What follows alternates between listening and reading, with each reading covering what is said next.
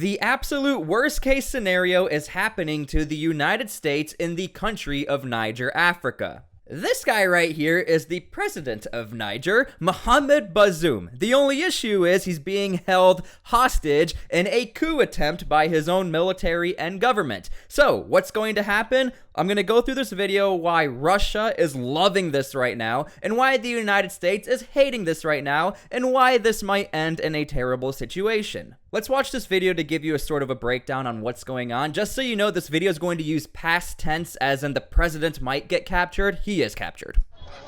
The streets of Niger's capital Niamey appeared calm on Wednesday, despite concerns that West Africa's sixth coup since 2020 could be underway. Any potential military takeover could complicate a Western-backed fight against a jihadist insurgency in the Sahel region. Now, what you guys need to understand is that the United States cannot let Niger destabilize or fall apart. Niger is in the best strategical position within Africa to operate anywhere in Africa because it's almost smack dab in the middle. But besides that fact, waiting in the shadows for any country to destabilize within Africa is Wagner, Russia. And the fact that this is happening, and there's evidence of this, we're going to get into that, don't worry, I have some shocking news for you guys. Wagner loves when stuff like this happens because they can just swoop on in and say, we're going to help fight militants for you because the United States stinks and they don't know what they're doing. Okay, so in this clip, we're going to see why Niger wants to overthrow their own president and not necessarily destabilize the country, but maybe shake things up. This will give us a little more clarity, and then we're going to get into the Russia stuff because I'm telling you, it's going to shock you guys. Nous, forces de défense et de sécurité,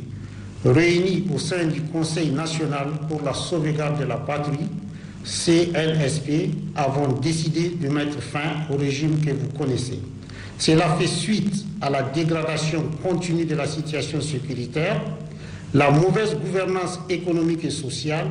Okay, so like he's saying right here, because I know the audio is not great and you sort of have to read the captions. For those of you who are unaware, they are overthrowing this president because they are not, the military and the government, they're just not satisfied with the security of Niger. There are towns who are still being attacked by militant groups, and Niger is saying, what is going on? Why are you not helping us? We want more security assistance. There's a poor economy, a bad social governance, and that's why this coup attempt is currently happening. Now, I'll get into also why the United States hates this, and we're going to get into all of that with another statement from the United States. But nonetheless, this is sort of the bread and butter as to why they're trying to overthrow the president of Niger. Now, again, stick with me in this video because we'll get into why terrible for the United States and great for Russia.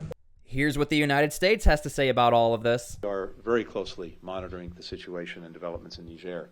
I spoke with President Bazoum earlier this morning and made clear that the United States resolutely supports him as the democratically elected president of Niger. We call for his immediate release. We condemn any effort to seize power by force. We're actively engaged with the Niger government, but also with partners in the region and around the world. Will continue to do so until the situation is resolved appropriately and peacefully. We're watching this unfold. Again, you'll notice there's always going to be tonalities of republic, democracy. This is what the United States' mission has always been within Africa, is to give democracy, to give people the choice to vote, which obviously is a great thing. Everyone should have an opinion to vote. But unfortunately for these governments and militaries, they're just not about this life because they want to be the ones to make the decision. And that's currently what's going on right now, is that the militants who are holding the president captive, they're saying, look, this government is not working for our country and we need to fix things. Now, here's what's interesting and why Russia has actually been, and when I say Russia, I mean Wagner, the mercenary group. They've been so successful within Africa, and even China's been successful within Africa because they're not promising, they're not trying to change your economy, they're not trying to change your government, they are just here to secure your country. But then what ends up happening is those countries, Mali, becomes dependent on Russia, and then that's when the social influence happens, and that's why the United States cannot let this country fall. In near real time, just like you are. It's not entirely clear exactly what's going on. We just got these reports that the president's being detained And of course, we urge for his speedy release. So we'll just kind of have to watch and see where this goes. It's never a good thing when the United States says, we have absolutely no idea what's going on, we're just watching everything. And obviously we're going to take that with a grain of salt because the United States will always have open lines of communication, considering we have military bases in Niger, and the U.S. military does not want that to be gone, so what's going to happen to that? Nonetheless, I'm going to show you guys why this is the best case scenario for Russia and why they are already actively trying to operate within all of Africa. Surprise, surprise, and I kept telling you guys this, and many people are saying, you're only doing this for clickbait, you're only talking about Wagner for views. I told you guys this was going to happen. Wagner strictly said they are going to operate within Africa, they're all about Africa, and this right here is the head of Wagner, Mr. Prigozhin, who apparently had an issue with Mr. Putin, but nonetheless, this is him, a photo of him with the Central African Republic president's head of protocol is now viral. So here's why this picture is actually so impactful and why it's really important and really bad for the United States. What's happening in St. Petersburg, Russia is that there is a summit where African countries can come to Russia and then they can talk economic policies, security. But the reason why this is crazy is because President Putin is running the event and speaking at the event. And everyone said, well, we thought that President Putin and head of Wagner, they're not friends anymore. And I sort of leaned on that bus, but now it makes sense. It's all about the money and it's all about the power and control. President Putin has always said he wants the Soviet Union back, but he never said he necessarily wanted it back in Europe. For all we know, he could be trying to do this within Africa is what it's really starting to look like. And unfortunately for Africa, it looks like that Russia and Wagner is willing to do whatever it takes to go into Africa to work with destabilized countries or countries who don't have that much security and work with them in a bad way. Now, this map shows you where Wagner is operating out of, and that guy you saw in the picture with Mr. Prigozhin is from here, the Central African Republic. Now, one thing you'll notice is that in the white, that's actually where the United States operates out of, and this, again, I'll keep reiterating this because a lot of you guys were hating on me, but this is the truth. This is what's happening. This is why there's a coup right now in Niger. All of these red countries is where Wagner is operating out of. All of these white countries are where the United States is operating out of. What's happening is Wagner is actually doing a good job, okay? They are doing a good job, but they're doing the job with no rules. So what they're doing is they're pushing all of their militants out of their country and pushing them into countries where the United States has influence and where the United States is trying to operate out of to push Russia and Wagner away, and also China. And China's really not involved with this militarily. They're just trying to do some other shady stuff. Nonetheless, that is what's happening, and Wagner is getting closer and closer to operating in all of North Africa, and that's what Wagner needs and wants.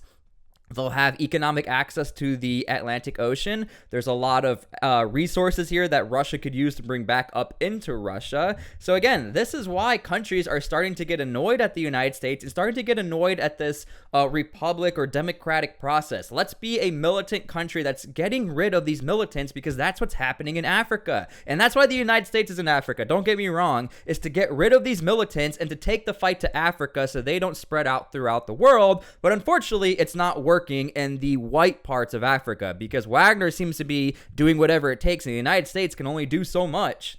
Now, what's actually really interesting about this coup is that the military who's working within Niger is only working to overthrow this president to not destabilize the country. That was their own words and statements. They don't want to destabilize the country. They don't want to turn this country into turmoil because then they're going to have to deal with it. They're just trying to work with the guys who are doing this coup so that maybe everyone can work together and maybe we can restabilize the country or come up with some new policies to safeguard the country. Now, again, this affects the United States because of all the hard work that the United States has put into within Niger, using Niger as a base to train the Niger military, train Niger special forces, and to combat militants. But the only issue is, and Wagner knew exactly what they were doing, was to push their militants out of their country, like Mali, destabilize that country, and then make whatever country the United States is working in look bad. And it's currently working, unfortunately, for the United States. Again, I don't know what's going to happen. I don't know what the United States is going to do,